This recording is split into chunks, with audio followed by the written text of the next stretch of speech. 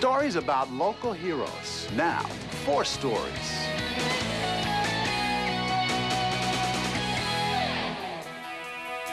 Welcome, everyone. I'm Maurice Dubois. Imagine being forbidden to speak your native tongue in your own land. That's what happened in Ireland. Over the centuries, Irish people have struggled to retain their rich heritage.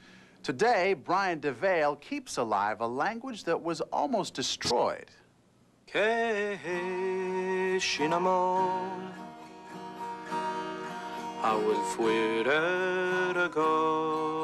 keep Irish alive, or Gaelic, is like keeping a form of music alive, a form of communication, a form of poetry.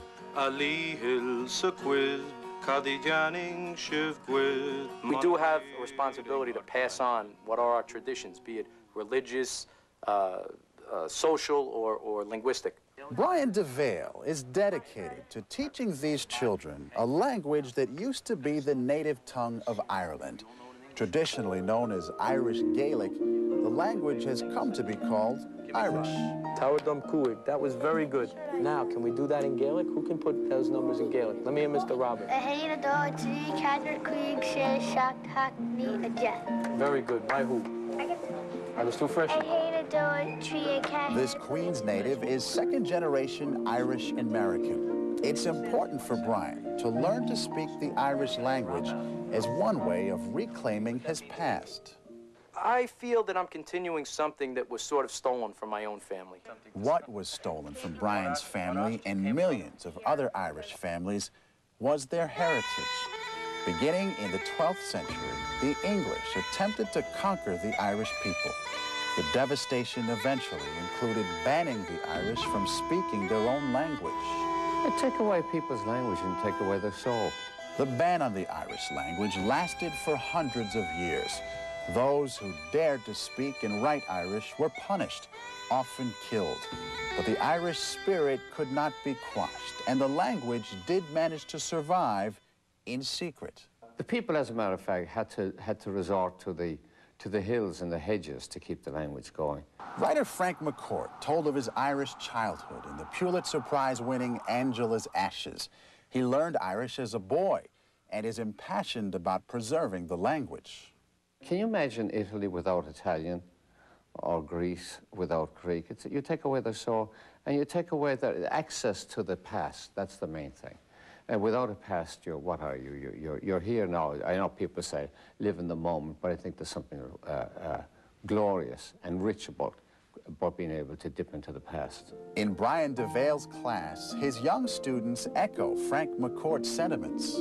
Without your ancestry and your heritage, that's half of your personality, half of you.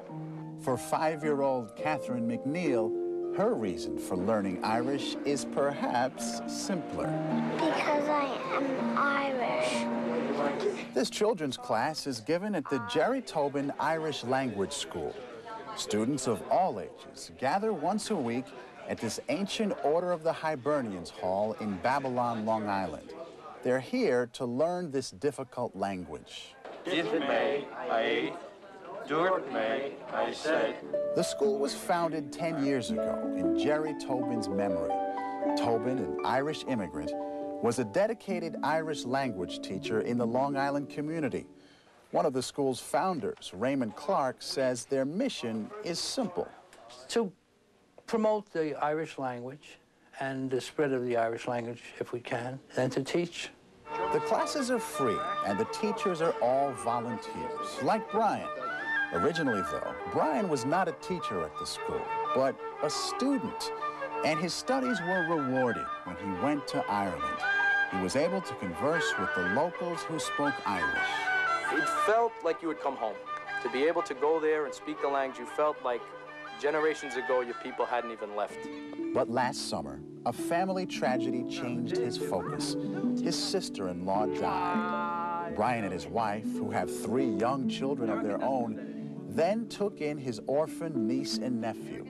They've made a great adjustment here. Sean is attending Nassau Community College, and the young fellows in Seaford High School playing CYO ball. They're doing great. They're a great help to us raising the kids. Personally, to me, it's the way I grew up My own father had died very young. There's always cousins around. There's always family around, and, you know, that's part of who we are. His larger family, though, meant less time to study Irish. And so instead, he volunteered what time he had to teach the children's class. I didn't have time to continue my studies, and I didn't want to fool the teachers that I was keeping up with the work, so I offered to do the children's class, and we've been having a great time with it. They're a nice bunch of children. The children learn numbers and animals, perform skits, and sing in Irish.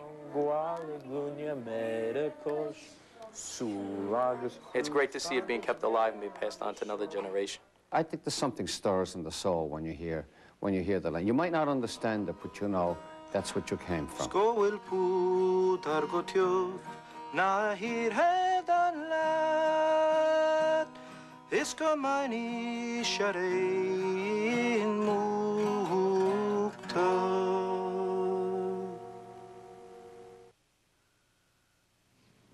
The revival of the Irish language is growing. In the west of Ireland, there's an Irish language radio station and recently a TV station, too. If you'd like to